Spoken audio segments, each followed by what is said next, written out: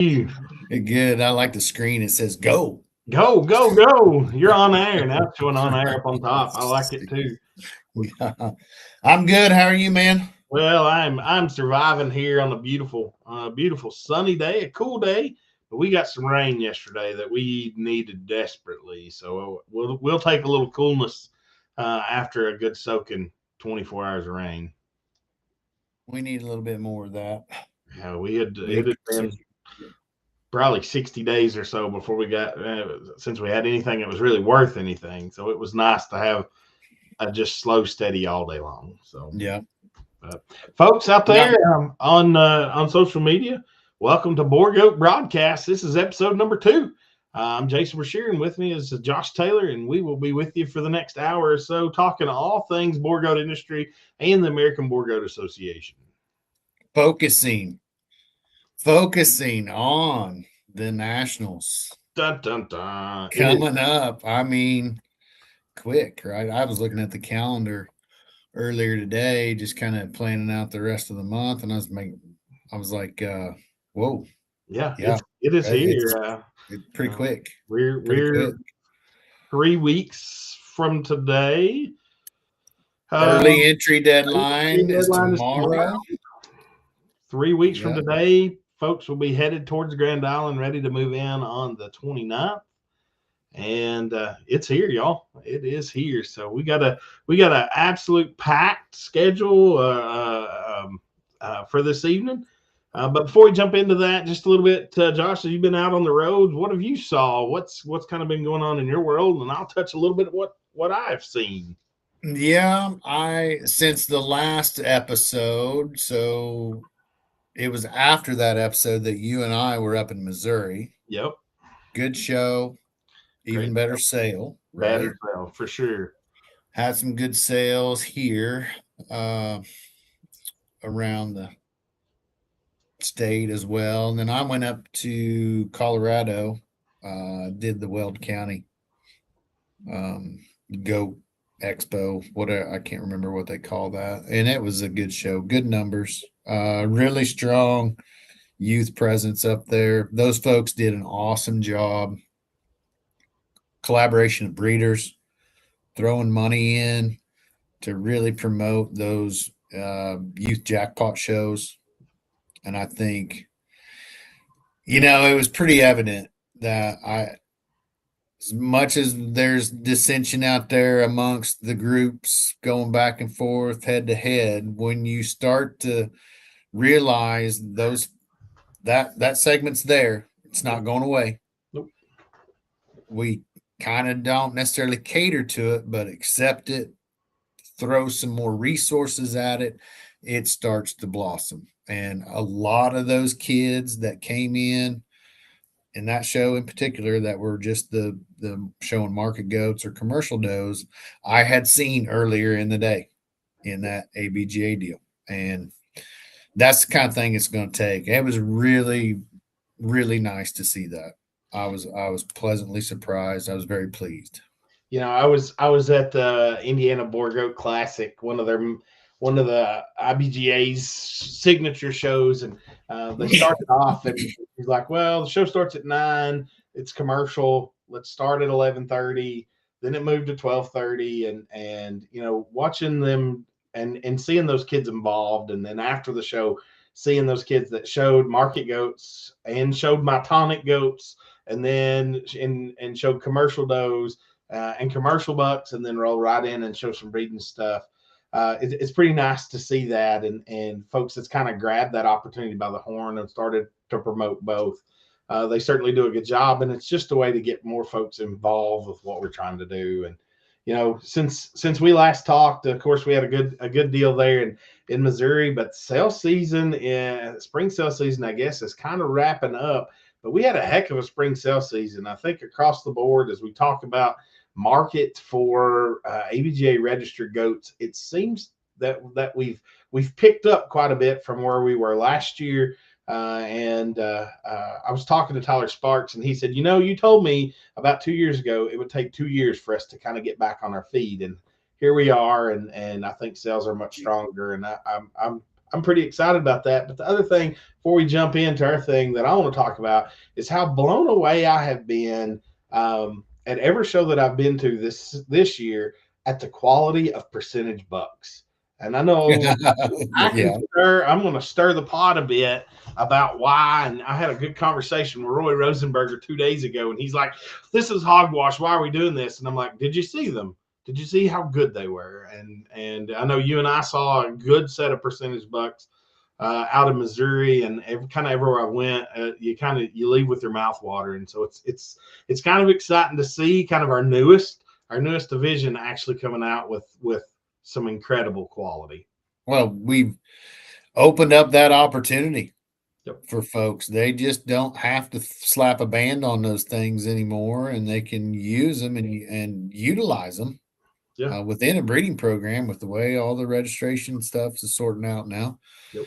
it's gonna just get better and better. Absolutely. I mean, and if you're gonna take one, especially a buck, to a show, you better be a good one. So, I mean, the numbers are low. We knew that was going to happen, but I mean, the ones that have showed up have been exceptionally good.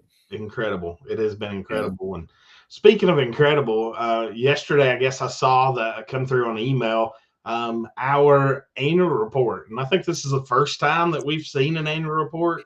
And if you have not had a chance to sit down and go through it, it looks great on a phone. It looks even better when you open it up on a desktop.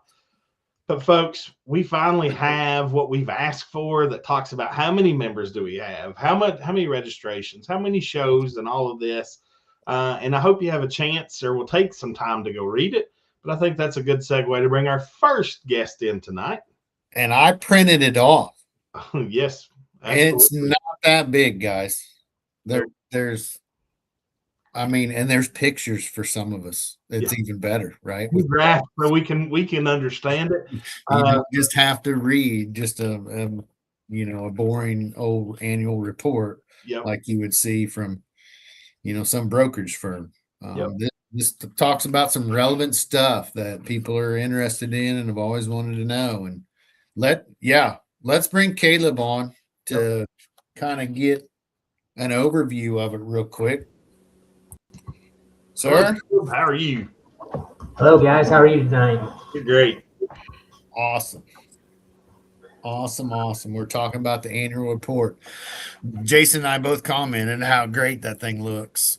And yeah, we're excited. And, we visited briefly on last time. Our topic of some of the rebranding and remarketing that we did was our hot topic last time. And this is one of those things that when we talked about kind of launching a new brand and what we're doing in different communications, these are the type of things we're trying to get out to the members for that. And so that our new marketing firm, Cultivate Agency, they did a great job putting this together with us. And, they've got a great design team and help us put it together. And so we appreciate our marketing team behind us, and just really appreciate the work that they did. And like you guys mentioned, it looks good on your phone, but it looks even better. I think if you guys are okay, I may just share here. Members can see real briefly if I can find on my many tabs. Those that know me, got to find the right tab to look at. But we do. You got some letters in there from staff and board members, but hits on kind of the core pillars that we have, and so encourage members to really focus in and look at that.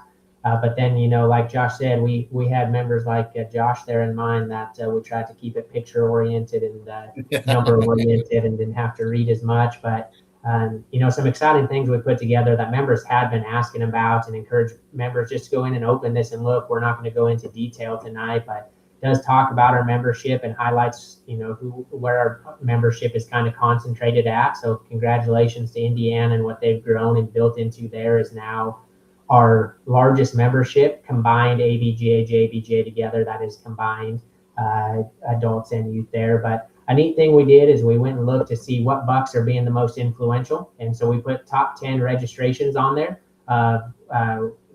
what sires were reported as far as number of progeny. So quick shout on here to our top two. We had Blackstone was first with 149, pretty substantial amount there out of one buck. And then Absolute Power was second. So congratulations there. And we have our top 10 prefix registrations as well, on which of our members were registering most by prefix is what we looked at. So that can combine some junior memberships in there together. But Boston School Manor Farms was our top registration at 92, with Pitcher Ranch being second at 84. So just want to highlight those.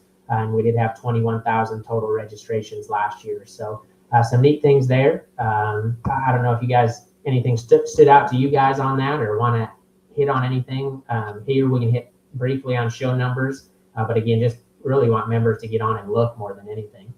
Yeah, I think there's just some great information on there, and I get excited as we look at top sire, and just looking at that tie for 10th. You get a father-son that I got a little personal connection to. I get kind of excited about, but it's nice to be able to see that and see kind of who's using what and kind of where the industry was in terms of genetics. And of course, another podcast talked about, is all of our industries getting watered down because we're all using the same genetics because AI has become so much cleaner. And I'm sure at some point in time we'll talk that here.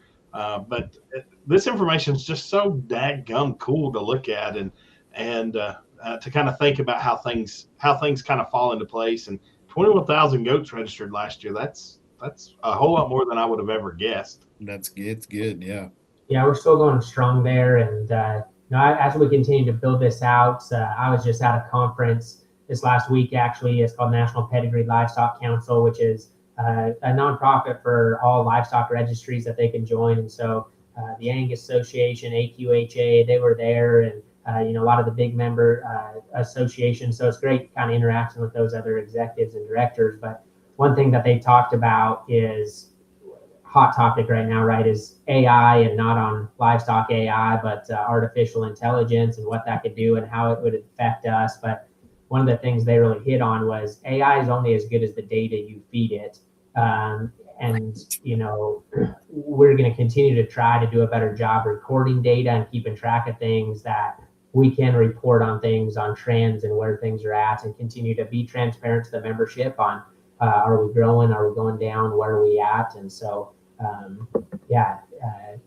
just lots of neat things for members to look at and see. And one of the neat things, I won't share my screen again, but boy, if you go a couple pages past that, it talks about, and I know we hit on that, we're not just a show industry, but when you look at that total number of shows out there, I just want to commend our membership and the volunteers out there, that between ABJ and JBJ, there was 553 sanctioned shows last year, and about almost 37,000 entries. And that's not including the national show. So we took the numbers out. We have our own page for the national show, but those are big numbers. And I think was pretty proud to see those for our association, and just the work that our volunteer members do out there putting those shows on.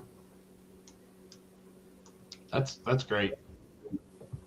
And I think when I'm flipping through it on my other screen right now, with that many shows, you can see down there at that bottom the top 5 for entries, the top 5 individual shows. And some people are going to sit there and go, well, I remember when this one used to be bigger or whatever. Well, we've exponentially created more shows than what we've had in the past. And I think that should be the big takeaway.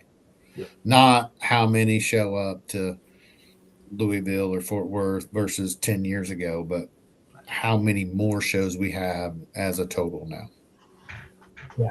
Yeah, and I don't have hard numbers for you, Josh, but one thing I will say is sometimes I don't know that the number, I certainly know, and the numbers will show it, that hey, we used to have bigger numbers at Fort Worth and Louisville and some of those, and there were some more shows that had 150, 200 head in there. But sometimes I think that some of those numbers get combined together, and we talk total entries, and that was everything. Hey, this is just how many were on the ABJ show. That wasn't commercial and weathers. That wasn't the JBJ concurrently in there. So as you look at some of those numbers, these are kind of true numbers in there, and you start to, sometimes I'll hear, hey, that show, I heard they had 300, and we'll get it back, and there was 130 actually on something like this. And so I agree with you though that we got to find the positives. That we're not going to try to make it rosy. It's not, probably is down some, and we don't have those on what it was 5-10 years ago. Unfortunately, we don't have annual reports from the last 5-10 years to be able to members to flip through, but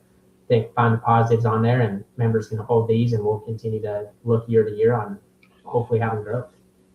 I think one of the things is, at one point in time, and I've been in this for a long time, you went to Fort Worth because you didn't have any other options.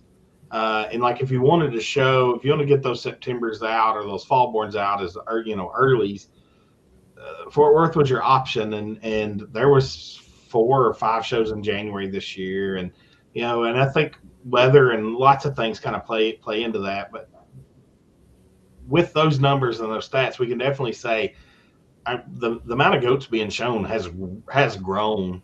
Individual shows may not, but there's also more opportunities for folks to go out there.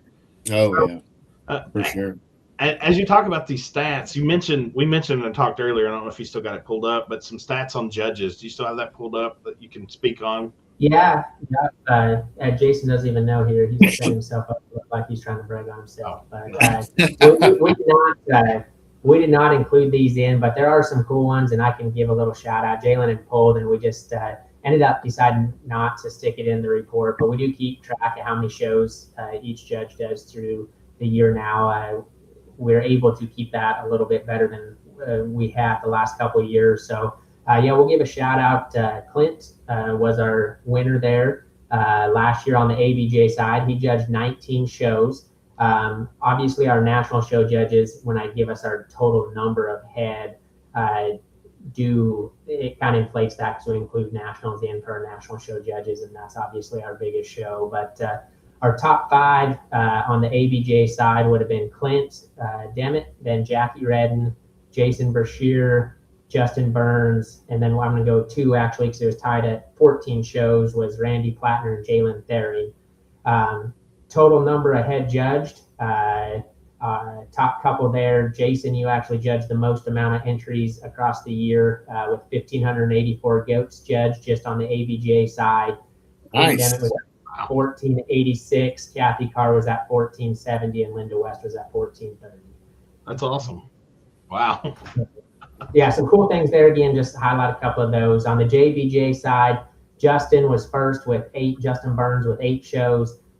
Clint Demet, Randy Plattner, Jackie Red, and Jalen Therry. So kind of mirrors itself, as we know a lot of those have JBJ shows in there. Right. Back and forth, but some neat things. Clint having the national show helped out there.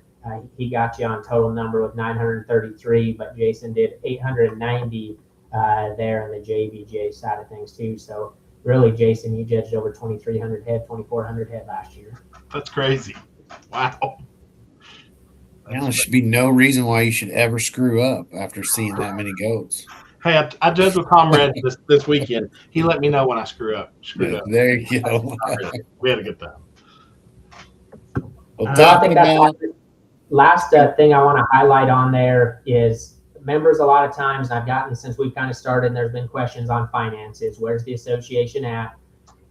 Folks, we put it out there. The statement of financial position is in there. Last year's numbers are in there. I will say those are unaudited this year. We're getting ready to file our 990 right now, but just, we're trying to increase that transparency, and members can see how the association did last year. And, if you have questions, reach out to your board of directors, reach out to me on that. But I'll wrap that up, and just wanted to get that little plug in that members always do like to ask about where we're at financially, and we just wanted to share that out with them.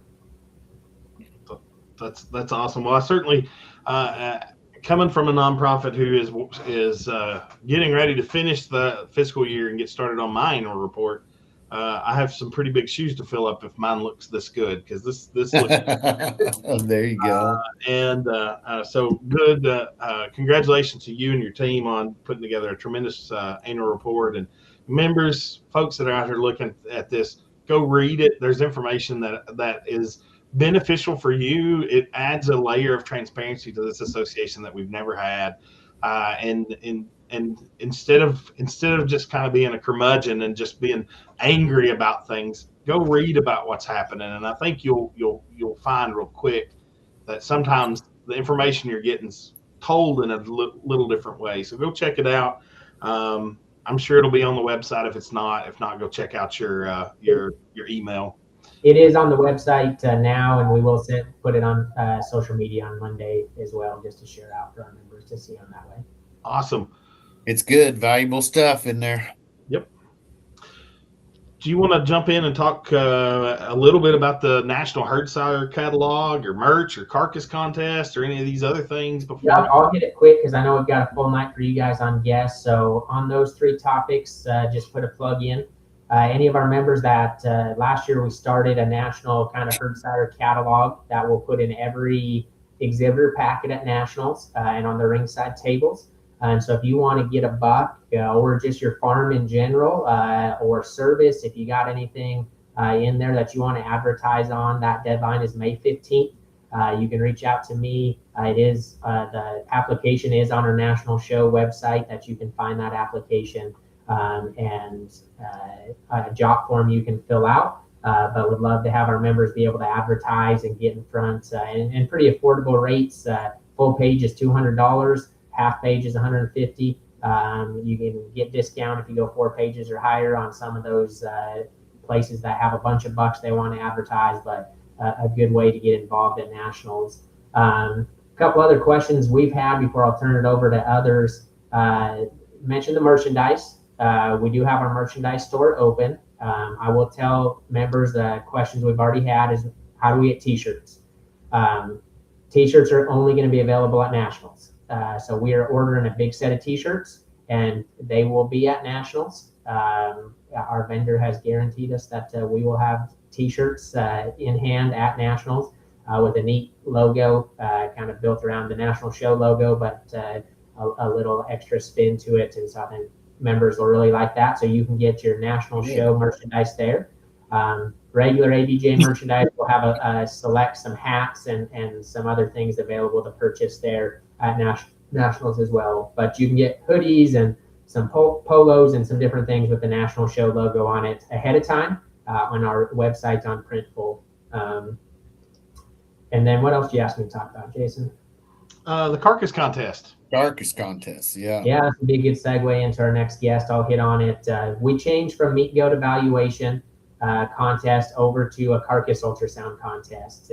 Logistically and different things, we want to keep focusing on the meat side and that kind of real world side, but with some logistical challenges in Grand Island, we wanted to go to a carcass contest, a non-terminal contest that could still get carcass data. So big thing is members, you don't have to slaughter your goat like you did in the past and kind of have a terminal endpoint and bring one specifically for that.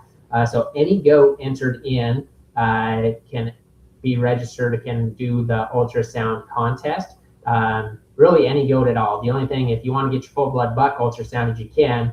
I'll just tell you that you're going to have to shear an X in his hair. So if you've been working on his hair, you might not want him to ultrasound there on Saturday afternoon. But if you got a slick sheared doe or, you got a slicker haired one, it does have to be sheared down tight in that spot over the 12th and 13th loin. But, anyone that's got one entered in the carcass contest or in the regular market contest can dual enter that over into that ultrasound contest.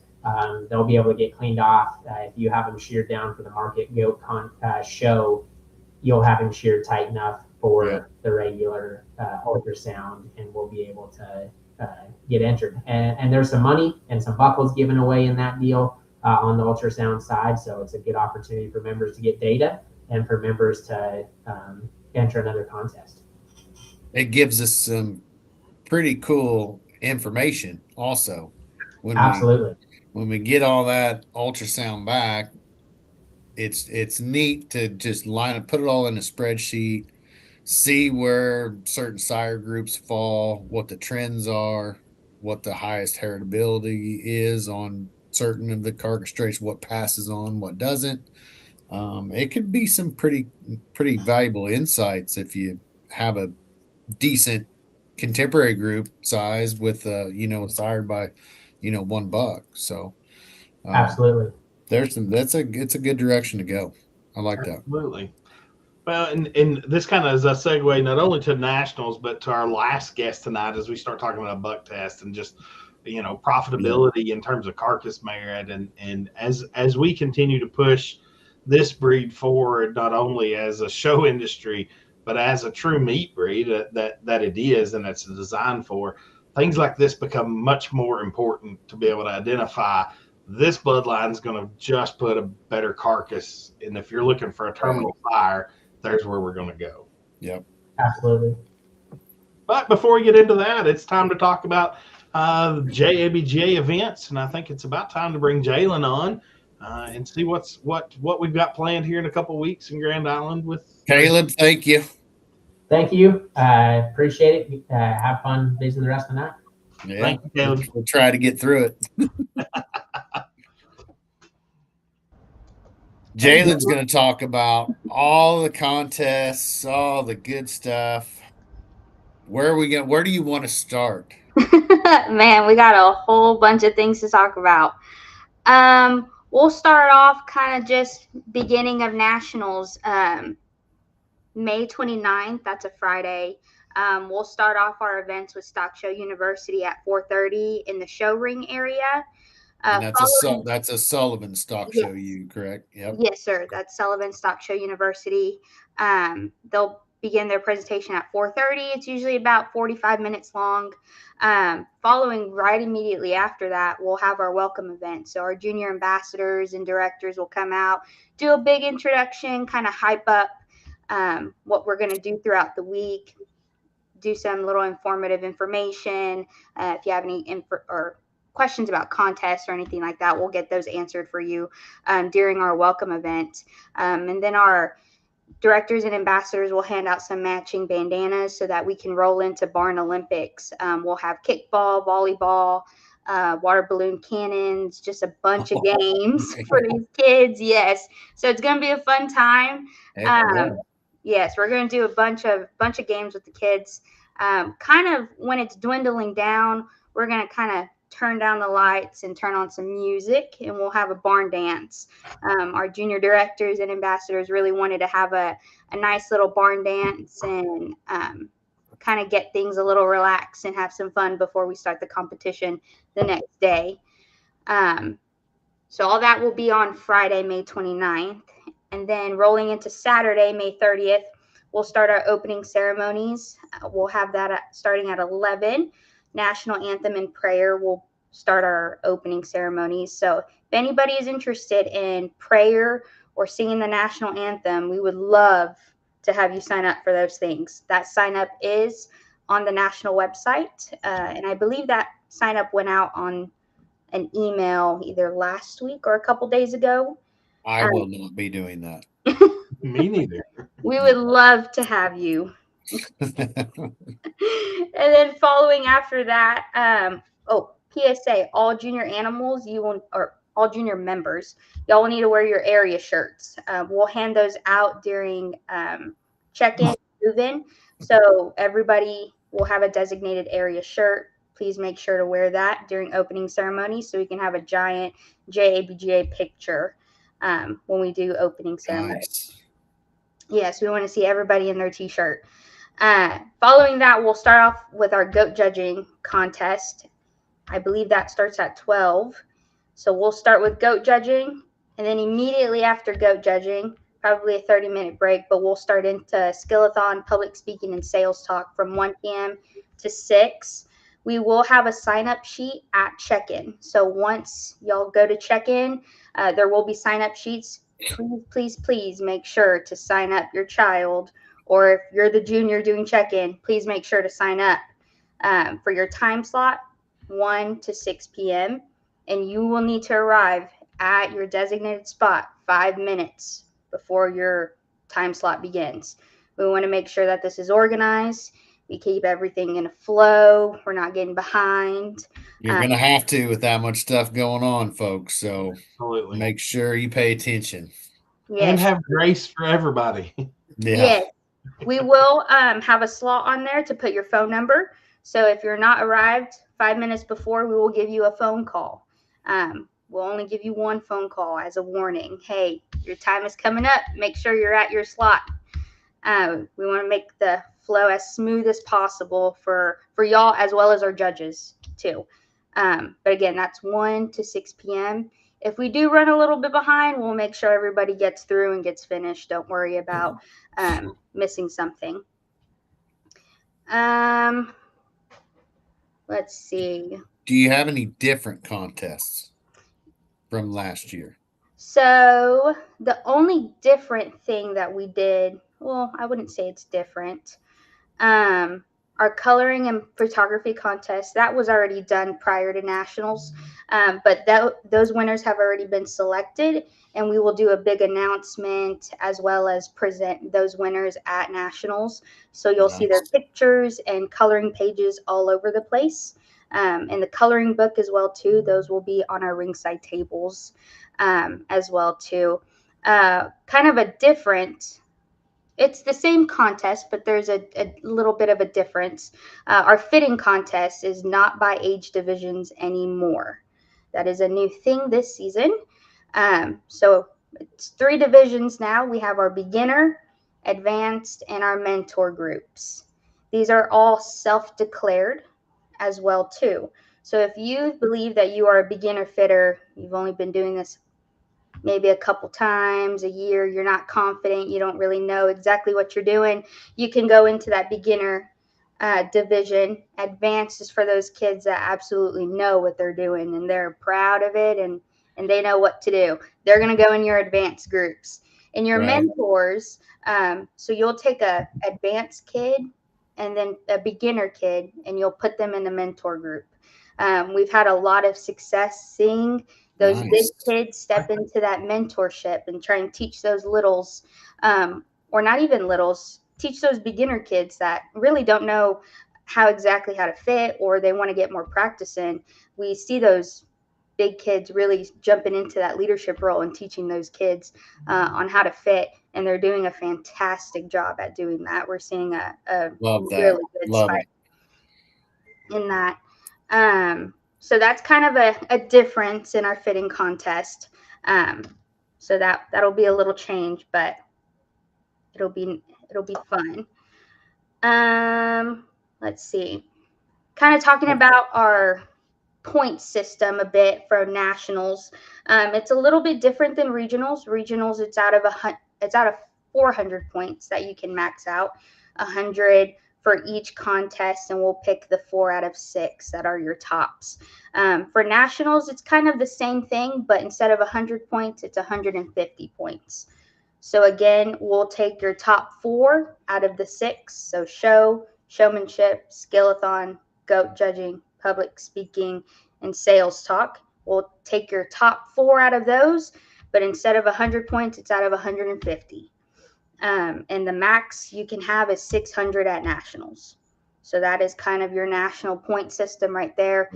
And then you're rolling into your sweepstakes. Sweepstakes is your regionals and nationals combined. So you'll take your 400 points or whatever amount of points you made at nationals, and then you'll take or at regionals, and then you'll take your point system at nationals, combine those together with a max of 1,000. Yeah.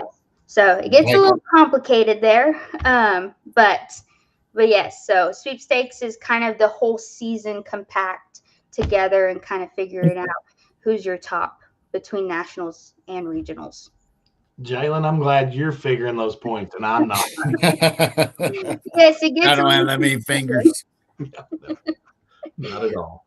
But if any kids are interested in seeing where they are at a sweepstakes standpoint going into nationals, you can check out your standing on our JABGA website under regional shows. There's a little button on there that says overall standings, and you'll be able to see where exactly you're standing with everybody else in JABGA. Kayla just told me to hit on, let's see. The exhibitor dinner is on Saturday night, May 30th. It is at the conclusion of everything for the day. So after our carcass ultrasound contest, we'll have that exhibitor dinner. And that's kind of more so board board directors will come say hi, kind of mingle, get to know everybody that's going to be at nationals for the duration of the time. I'm not sure what exactly we're eating that day, but should be delicious. Whatever You'll figure it out, I bet. Well, awesome, Jalen. Do you have anything else to talk about with JABGA events at the national show, and anything else you'd like to say before we move on and bring on Rodney to talk about the Open Nationals? Well, let's see. One more thing. Junior directors and ambassadors are planning really hard for nationals to make it a very enjoyable time for all our junior members. So they do have a planned scavenger hunt throughout nationals. They'll be dropping clues every morning, and there will be a prize at the end of the day to whoever gets that clue and get those stamps turned in. So that's another exciting thing we'll have every single day. That's fun. That'll be interesting. That'll give them something to concentrate on. Yes, for sure. Absolutely. Well, it sounds like you've got everything under control. It's all going to run perfect. Yes. All the contests, no problems. Folks, just make sure you get signed up the right way. Pay attention to when you have to do certain things at what times. Everything will run smooth. Jalen won't have any anxiety. That's the goal. Well, Jalen, I bet it's great. It sounds like you've got it all figured out. I don't doubt it at all. So. Yes. Our directors and ambassadors are working hard, so kudos to them as well. They're taking the reins on everything. That's great. That's great. That's what it takes, isn't it, Jason? For sure. Kids are our future. We gotta invest in them, and we got a heck of a set in the ABGA. So. All right. Well, let's get into the next phase of the national discussion. Absolutely. Bringing in Mr. Rodney Wilson. And before Rodney gets into it too much, I will tell you that when she said click on the button to look at all the point deals, it's amazing. So I just did. Me too. And I'm looking at it right now. Look how big group of seniors, right? Yes. And but then you look at the intermediates a little bit bigger. Then you look at the juniors a little bit bigger, and then we got novices in there. The futures just keeps going up for all those kids. And look how many perfect scores that we've got. Yeah, I know that 400s and upper 300s, and it's like, man, y'all are that's pretty crazy. It's pretty cool, but it's also pretty disgusting. I never got a perfect score anywhere on anything in my life. Where's Rodney? Here comes Mr. Rodney coming there in. He is. There he is. I bet. How are you feeling 3 weeks before the Nationals, sir? Not an ounce of stress at all. That's what he's feeling. There you go. You're kind of froze up a little bit on your screen. Maybe that's how the world's been treating you a little bit. Well, Rodney, welcome to the Boer broadcast. And we're excited. It is national show season, 3 weeks away from headed out to the Great Grand Island. So won't you talk to us? Let's jump in and start talking about entry deadlines. I think we're all chomping at the bit a little bit, trying to decide what we're doing and who's going. The entry deadline, the early entry deadline is tomorrow, May 8th. It'll close at 11:59. We extend it in a week after that. So May 15th will be the late deadline. We won't accept any entries after that. Beyond that, if there are any switch outs that you need to happen, those are within the same class only. There's a fee for that, and you'll do that with the office at check-in. The herd book does close on May 15th. We extended that to the last day to possibly enter. So you need to have your goat registered in the herd book, completed through the office or through iCompete by May 15th in order to enter it in the national show. So we extended that deadline to match the late deadline for those of us that, and I'm guilty, I entered about 6 goats today, that you just put it off and then you realize that it's tomorrow. So We extended that because all of us have been in that boat, and we don't want anyone to miss out on bringing that one that they've been saving to the national show. A couple more things on entries while we're there. We tried our best to offer tack pins at Grand Island. It's never been an option before. Those that have been there before know we don't quite have the amount of pins that we did specifically the last couple of years in Louisville, but we did figure out what we could offer. So if you go, when you're in your entry questions, you'll see it varies per exhibitor. So if you have 1 to 2 animals, you can purchase one additional tack pin. If you have 3 to 5, you are allowed to purchase 2 additional tack pins. And if you have 6 plus, you can purchase the max additional tack pins of 3. If you're trying to figure out how many pins you get with your entries, you calculate it off of 1.5 goats per pin. So if you have 3 goats, you'll get 2 pins. So these tack pins would be additional to that. If you have an end cap, and I will be sending an email out tomorrow to all end cap owners, we will want a layout of your end cap. Grand Island, the facility does not let us exhibitors take pins down, but they did say if you are purchasing tack pins and you want them down, you give us that layout. We'll provide that to them so that they're down already. You have extra space when you get there, if you're using them for fitting or what that may be. If you do not own an end cap, the people who are doing the pin layouts will assign your tack pins. So that is how that will go. The last thing we've had some questions on are the pairs and groups. That will be different this year as well. You have to enter them on Showman. So pairs and groups early entry will be tomorrow, May 8th. And then the late entry will be May 15th. We will not accept any pair or group class entries beyond that. I know in the past you've been able to do it day of. We need those in. You're going to have your tickets in your packet you'll get when you come through the line. And you'll turn those in filled out to the office by the given time, which is usually the day before or the morning of the show. So that is new. Make sure if you're entering pairs and groups, you need to do that when you're doing your regular entries this year. And then fill out your tickets when you get there to tell the office staff which ones you're going to specifically put in those groups. Yep, absolutely. The office still needs to verify that they qualify, more so for things like the get of sire, produce of dam, that they're correct. But also they need your tattoo information to check them in the ring to verify it's correct animals once they select those winners. So that's all I have for as far as entries go. Kind of segueing off of that with our market shows, something that's new this year as well is dual entry. And so the dual entry, the way you think of it is dual entry for weather dams. But the way that I think of it is dual entry for those JABGA kids that have goats in the breeding show to get another opportunity to show them. Because essentially, if you have an unregistered doe, weather dam type doe, she can't show in the JABGA show. But if you have a really good one that's a percentage doe, full blood doe, she can show down. And we've allowed that this year for those kids to run them both ways. We're very excited to see how those registered animals will place in the classes.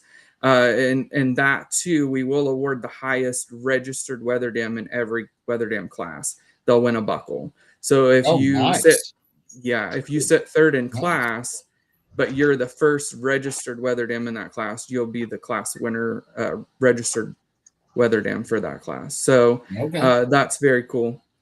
I know the last couple of years we have had the registered weather class. This year we've extended that a little bit, and we'll now have a percentage division and a full-blood purebred division for those registered weathers. Again, we're very excited to see the difference there on those registered weathers have been showing together, which ones are percentage based and which ones are full-blood based, to see how those full-blood weathers can handle themselves in that ring. And those are their own divisions. So again, they'll win a buckle and some prize money for winning those divisions, and they'll be out there in the overall drive with the lightweight, medium weight, heavyweights in the overall drive. The last thing for the market shows is declaring weight and teeth.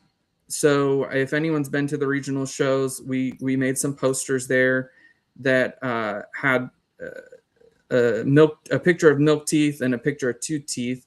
We have two divisions of milk teeth. They're split by weight. But if your goat has all of its milk teeth, it'll show down there. And then the only other division we have for weather dams is two teeth and over. So if they have at least two or more adult teeth, but we have a diagram there. We also are going to run, we'll announce a time likely in the let loose ring of the arena. I think on Friday or Saturday, we're going to offer a time to have a judge or two there or a judge or two and some superintendents, since they're the ones that are going to be checking teeth on the way back deal, to verify. If you aren't quite sure what teeth your goat has, you can come in there at that time. If you're confident you know what they are, it's not going to be a requirement to check teeth this year. So just to streamline some things on those declared weights, and I'll talk about that in a minute as well, as that's a new procedure this year. But you will be declaring your own weight and teeth. Teeth specifically, though, we'll have a time slot in there for those people that aren't quite sure. And I get it at every show what teeth they have. You can verify with the people that are going to be checking them. That's a good idea. I like that. Yeah. The big thing for this year will be weights and weightbacks. And so, again, anyone that's been to regionals has seen that. Again, those shows are quite a bit smaller than what we're going to see at the nationals. So it's taken all of our brain cells, and we've had to combine them all together to really figure out the logistics of that. And we feel confident in the process that we have. But just to start out for exhibitor wise on what you're going to do, again, we created posters that are going to be posted by the scales in the barns. There's going to be two of them. The first one is going to be step-by-step procedure on how you're going to do that. And I'll cover it tonight. There's a QR code that's on there. You're going to scan that. It's going to take you directly to your entries on Showman. On Showman, it's going to have a button by each entry that's going to click edit weight. You will be able to edit the weights even after your entry is checked in. The other poster will have a list of when you have to have your weights declared. I will tell you now, it's always going to be the evening before. The set time is going to be, we'll say it's a floating set time, but the earliest they'll be due is 5 o'clock. So let's say Saturday leads into Sunday. The market show is Sunday. That's the first day. Saturday evening at 5 o'clock, you're going to have your market goats and all your weather dam weights declared in Showman. You'll follow those procedures. You'll have those declared. Let's say you're showing a registered doe that's also going to show Monday in the bred and owned. You're going to declare her weight again on Monday if you so choose. We're doing that because we don't expect you to weigh your goat in on Saturday and then show her, if she's a full blood, the following Friday and expect her not to weigh out. Right. So you'll be able to weigh your goat. Every time your goat is going to show, you need to declare their weights the evening before. 5 o'clock is the floating time. We say that because if the show goes past 5, we're going to close those off 1 hour after the grand driver, the last class of the day. So 5 o'clock will be the earliest, is why I say. If the show ends at 6, the grand drive's at 6, closes at 6, then the scales will close at 7. We'll close the office at 7. We won't take any weightbacks then. But I want to make sure people are understanding of you are responsible for declaring your weight. There will be a 5 ± pound weighback, which means you can't weigh over 5 pounds or under 5 pounds what your declared weight is. That is where the logistics come in the ring. So as far as procedure goes, everything else is going to run the same. We'll have the ready ring. That's where you'll stage for your upcoming class. When you come in the ring, and this will pertain more to those larger, we'll say the larger classes in the breeding shows. When the judge pulls you to what would be the center of the ring, you are going to go directly down to the scales. You're going to get weighed in there, and then you're going to wait in the let loose ring to kind of keep that cluster that happens in the middle of the ring not happening. Once they make their final pull, that 10th animal or however many they're pulling for that class is running through the scales. We will send those 10 back out through the center. They'll start checking call faults. We're hoping this process doesn't add any lag time. Obviously, it'll be a little different for those classes that are at 10 or less than 10, because all those animals will have to get weighed. But that's the plan and the process for those classes. Again, we're only weighing animals in that 12 months and under. So your 0 to 3s, 3 to 6, 6 to 9, 9 to 12. Of course, all market goats and weather dams will go across the scales as well. So we will do all of those weigh-backs. That's the procedure. Again, both of you judge at nationals, you know, those younger classes usually we're going to have pulls. So we're hoping that we're not going to see a lot of lag time and extra on weighing. And I will tell you, you know, we've gotten a lot of feedback on this.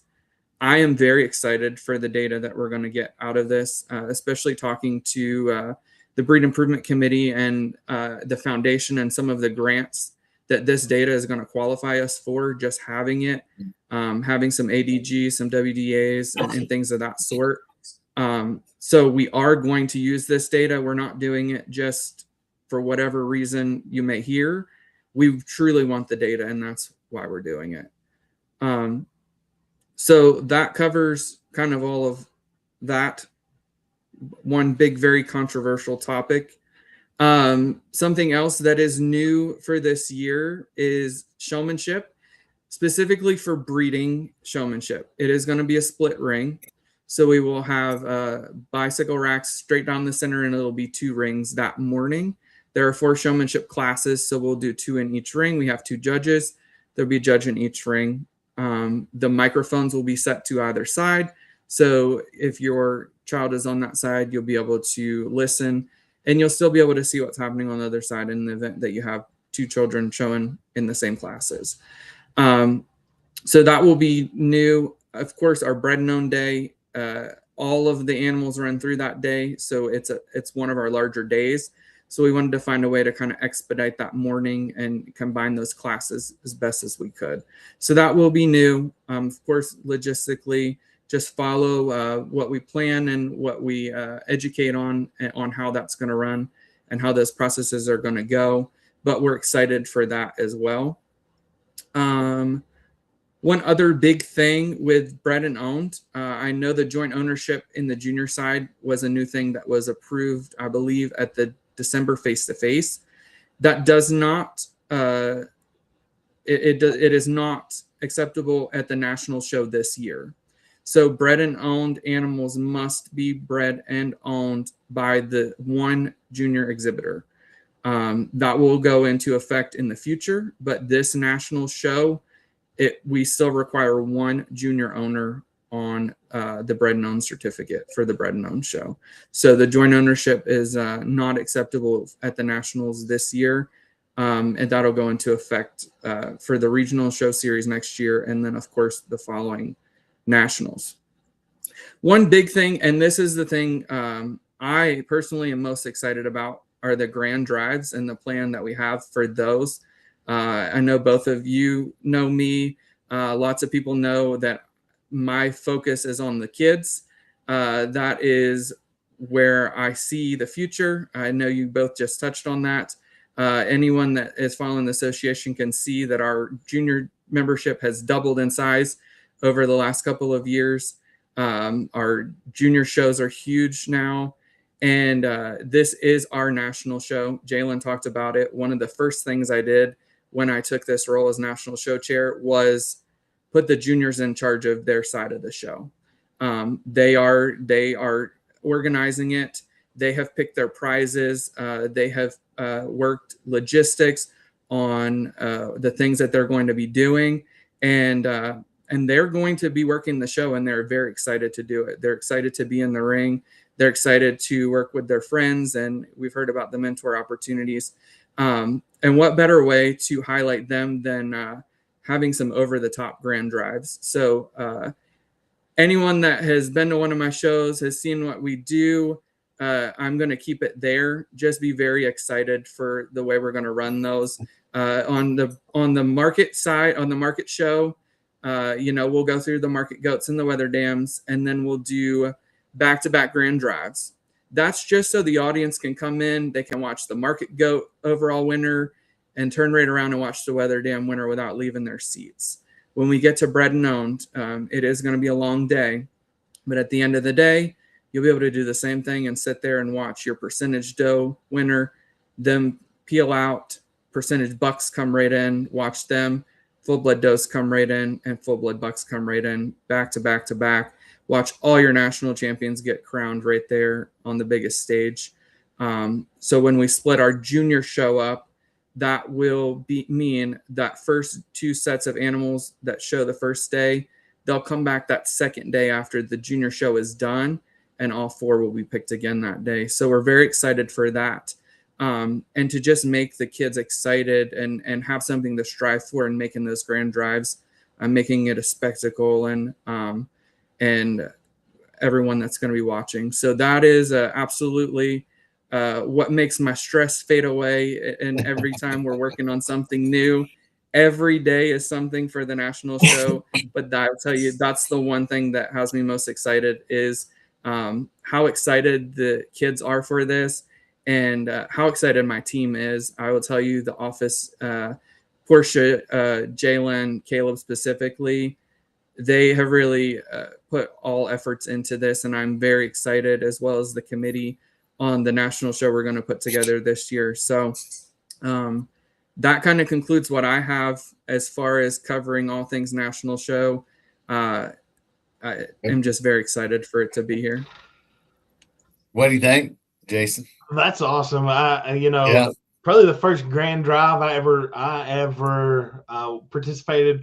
Rodney was probably knee high. I don't know if he was quite knee high, but he was running around there. It was at the Delaware State Fair, and just seeing the way that they kind of come together and do all market species together in that grand drive, it added a sense of excitement that I'm excited to see on our biggest stage.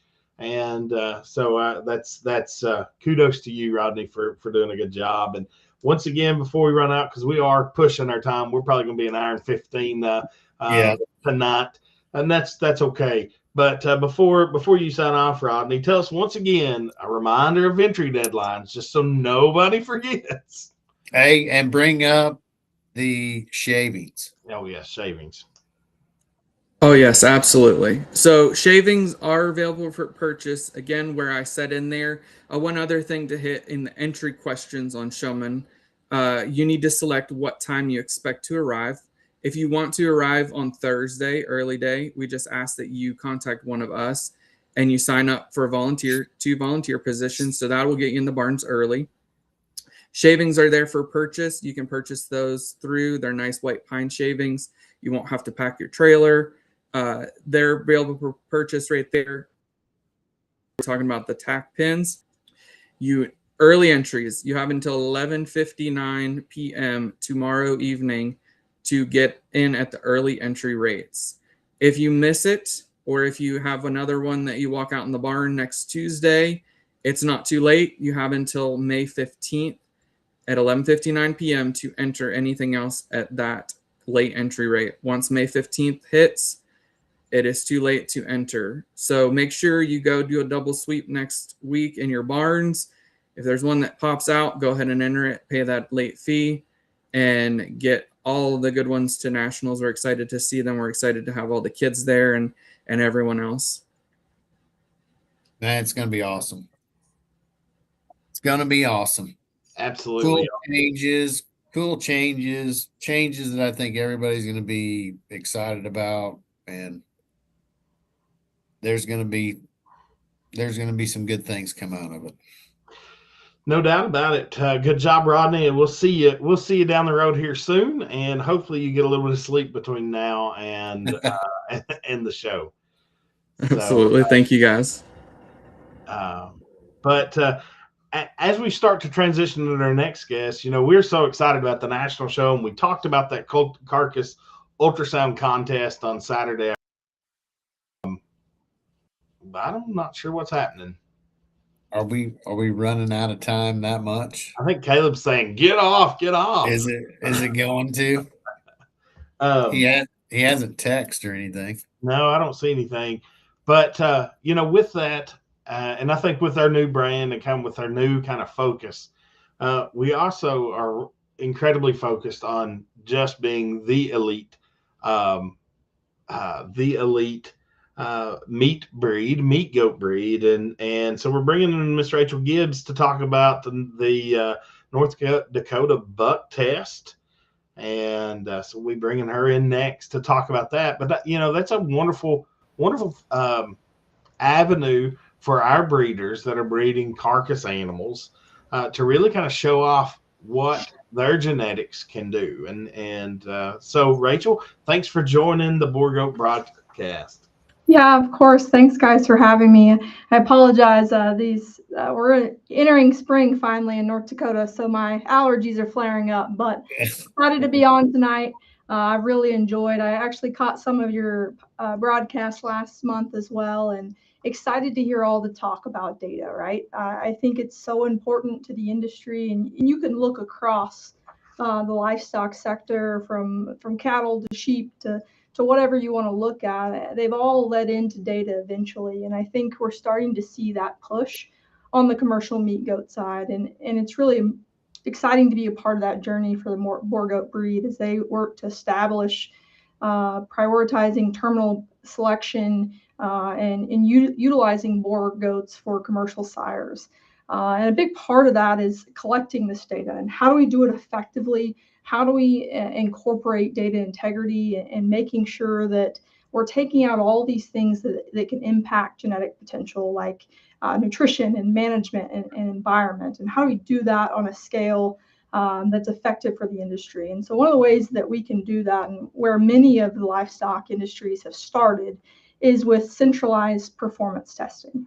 And what that is essentially an opportunity to look directly at genetic performance without the influence of different diets, different environments, regardless of what it might be. For instance, Josh, you could send some goats from Oklahoma.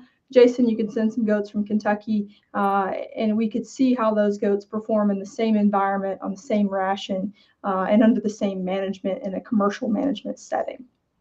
And so that really sets the stage to try and determine genetic differences and identify those sires that excel in those terminal traits like growth performance, average daily gain, feed efficiency is a big push for us. That's something that has not really been quantified at all on the meat goat level, very much at all.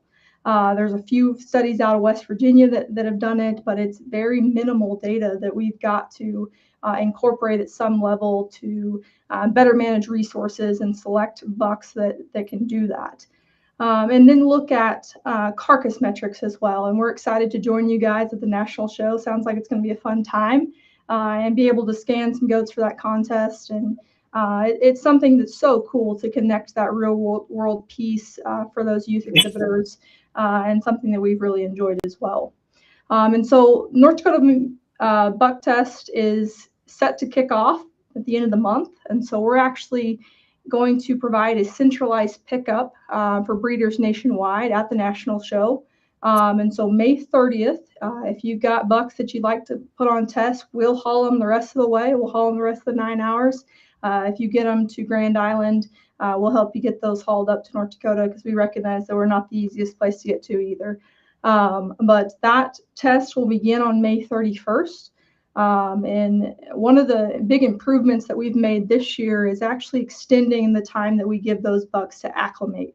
And so we're looking at a 2 to 3 week acclimation period, about 18 days. And those bucks will be transitioned to a commercial pellet diet along with some hay over about those 18 days before we take initial metrics for that performance test. And so 17 days after they get here, we'll carcass scan and take body weights and then track those for 75 days. During that time, we'll also be able to quantify feed efficiency on up to 60 head. And so we have smart feed intake systems, but the first kind of couple of years, we're going to keep it pretty limited just to make sure we're preserving and maximizing growth performance. We don't want to hinder that at all, but we really want to collect some of that data. And so we'll do that as well. And then at the end, we'll scan those bucks again and also weigh them, and then be able to calculate all of these important metrics that are moderately or highly heritable that these producers can either make genetic selections with, or maybe they need to market some commercial sires. And I'll tell you, the commercial meat goat industry outside of the Boer goat breed really values this data. They've been performance testing for about 10 to 15 years. And so they're as interested in the data as you are. And so I think it's really going to help with some marketability as well. So any questions? That's exciting. All kind of, yeah, exciting stuff. I do have some questions just from the producer side. For folks that aren't familiar, I come from the cattle world, so I've been involved with bull tests all the way when I was in college. Sure. Aside from these bucks, they don't necessarily have to be registered. Correct. They can be commercial buck. They do have to have some kind of identifiers, I'm sure. Yep. What else do these producers need to do? Is there a specific vaccination protocol? Is there a worming schedule that they should already be on? Are you going to take care of all that? What do they need to do beforehand, before they bring it to Grand Island and hand it over to you? Yeah, that's a great question. I appreciate you asking that. So these bucks, to be on test, they have to be born between January 1 and February 15th. That allows us to tighten that contemporary group and be able to compare apples to apples, essentially. They have to weigh a minimum of 40 pounds upon delivery. So that can be delivery to Grand Island, essentially. Weigh 40 pounds. Ideally, they need to be weaned 2 to 4 weeks before that time point. And with that, have their first round of CD&T, have their first round of those health protocols at home. We will then do that when they arrive in Hettinger again. But we'd prefer that to be a booster dose, that they're already protected before they come in. They also have to be accompanied with a health certificate, and where the end final destination needs to be Hettinger, North Dakota. And you can contact me for that specific address and information if you need it. But they all have to originate from scrapie and foot rot free herds. That needs to be indicated on their CVI as well. So those are the base requirements, but you're right. They can be any breed. It's actually open to any meat breed. Right now we have 71 registered. Of those, only 7 are Boer goats. And the challenge with that is it's really hard to get data on such a small group. And so we're really pushing and hoping we can get some more Boer goats on tests, because it's so important to expand that group and to be able to trust and believe in the data that's produced. The rest of those goats, the majority are Kiko.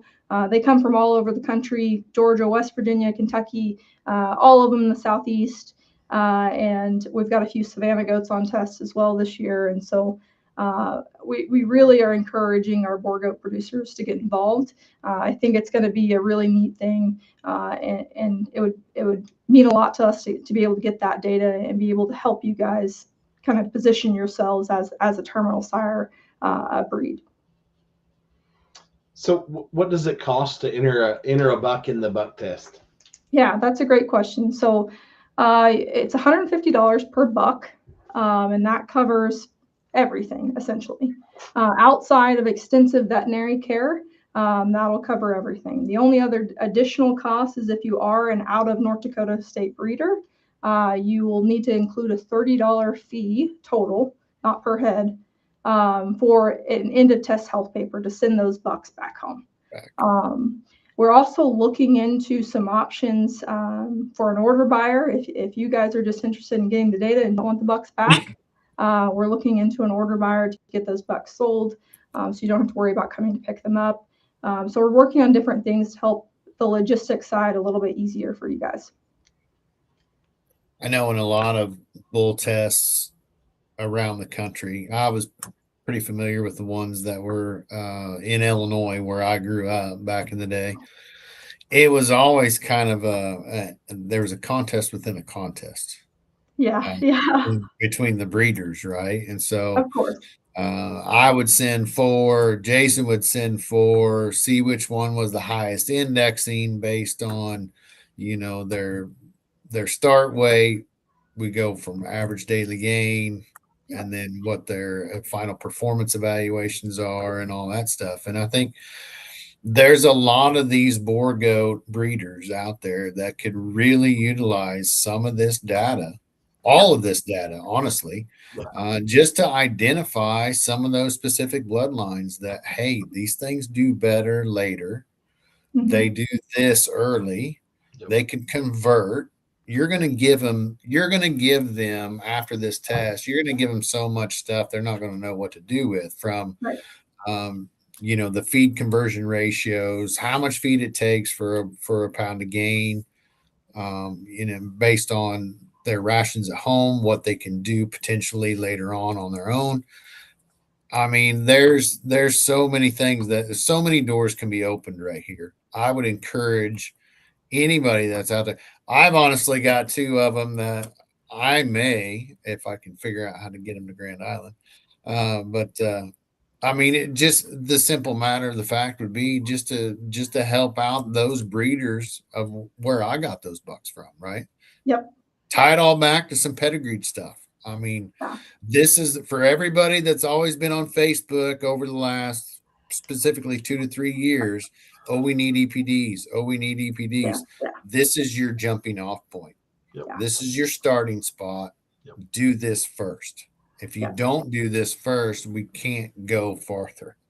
Exactly. That's so important, Josh. Sorry to interrupt, Jason, but that's it. That's exactly my point. This is where every one of those livestock industries have started, is with centralized performance testing. How do we set that benchmark that producers can start selecting for, and that type of thing? I think that's just such a great point. Thanks for mentioning that.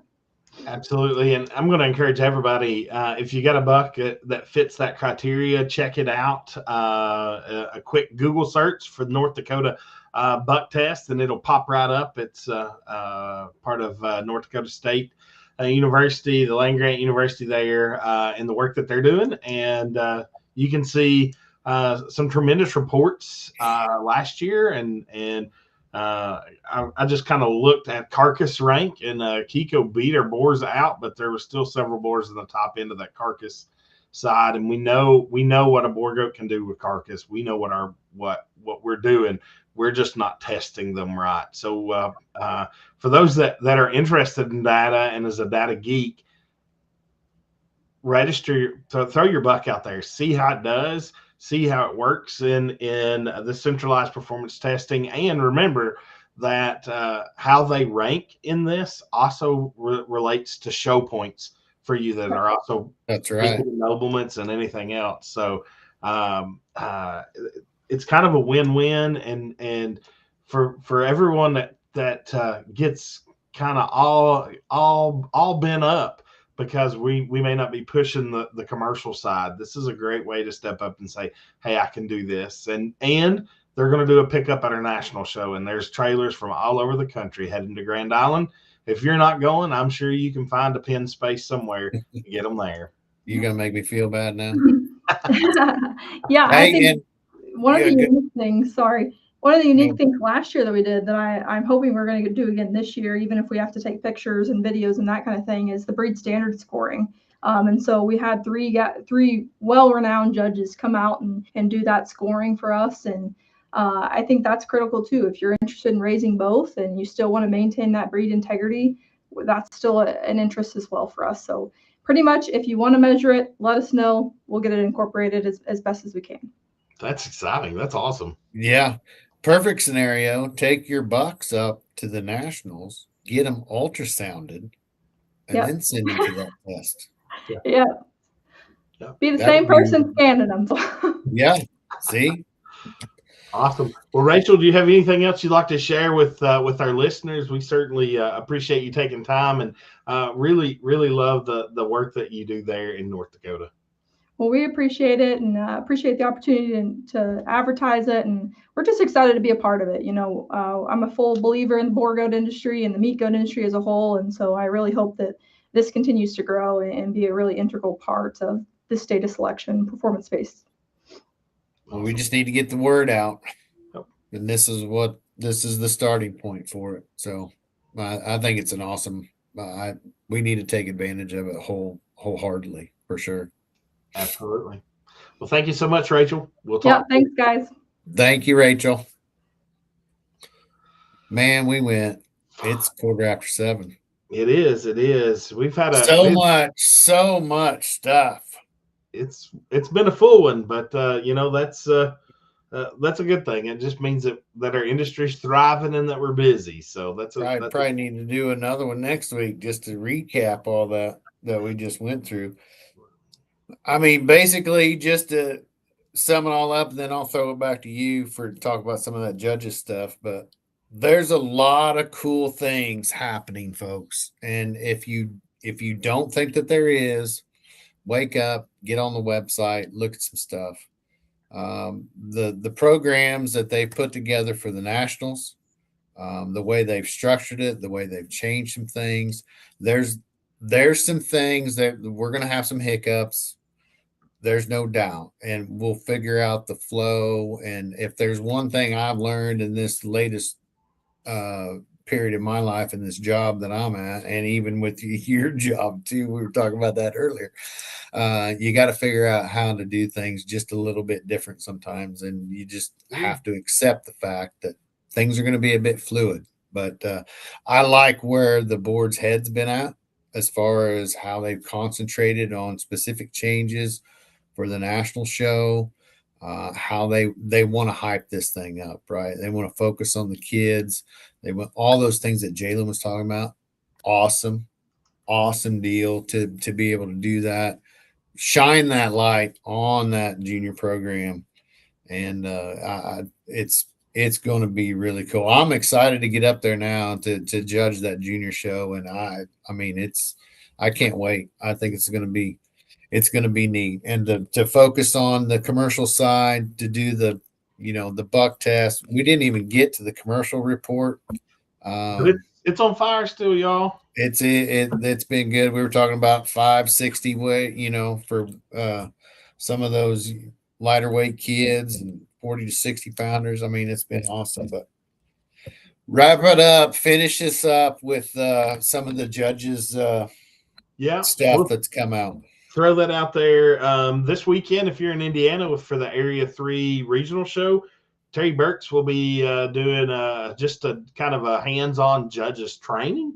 And then the judges test. I don't have that date. I know it's this fall. It's going to be in Horse Cave. October 23rd through the 25th is the next certification. That's the new judges certification. That'll be in Horse Cave, Kentucky at Bailey Burgum and Blake Quiggin's place.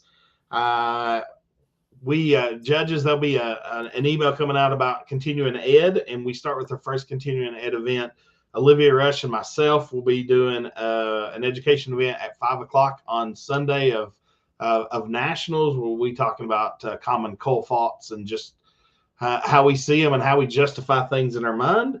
Don't forget the American Boer Goat Foundation Educational Summit, July 23rd through the 25th at the Margaritaville Hotel in Kansas City. And I think registration for that ends on the 15th. So next Friday ends. And don't forget to support the JBGA at the Fire and Ice sale. It'll be your last chance to buy VIP passes, sponsorships. When is that? That is on May the 11th. So next week on GoPromoter.com. Is that Monday? That is Monday. That's Monday. Fire and Ice online sale. There'll be some junior JABGA donation lots on there. Great. Just looking through what's on there already, a tremendous set of seamen, VIP access, and sire directory full page ads. So a way to get out there and get involved, folks. And as always, this industry is growing, and it's good. It's good. It's good. What are we going to do next month? Because we're going to be at the National. We'll be live at Grand Island, and what I would like to do, we will be live on the day of the Open Percentage Doe, Percentage Buck, and Full Blood Buck show. So I hope we can start to grab some folks. We can grab some folks to come on and come live with us. maybe some of those exhibitors that won in the JABGA show and the Bread Oh Gnome show. yeah, like that. And Yep. if we got time to snag some of the exhibitors that won earlier that day in the percentage doe, percentage buck, and full blood buck divisions, it would be great to just talk about what being at nationals is, and we'll try to pull some folks that's there that's all about camaraderie, because it's not only about showing goats. It's about making connections. It's about shaking hands. It's about learning from other people, and really just kind of congregating with people that have the same passion and the same goals that you do. So if you can, and we all know gas prices are high, and we talked about that earlier about how it may hit our numbers, but if you can make it to Grand Island, even if it's for a day or two, come on out, visit with some folks, learn some things, watch the show, and just enjoy with folks that have the same goals and the same passions and the same craziness that you do. That's right. Craziness. Yeah, that's right. Awesome, man. Yeah, that's just, 3 weeks away. 3 weeks away, guys. Hard to believe. Hard to believe. Yeah. Well, I guess you are, as we close out, I guess you're kind of on hiatus since you're judging the national show. I'll be out in Oregon next weekend, and then up at Jason Gleason's show in Michigan the following weekend. So I'm pretty packed for the next little bit, but we'll see you out on the road. And if not, we'll see you right back here the first Thursday in June, live from the national show in Grand Island. We'll see you. That's right. I'm ready for it, man.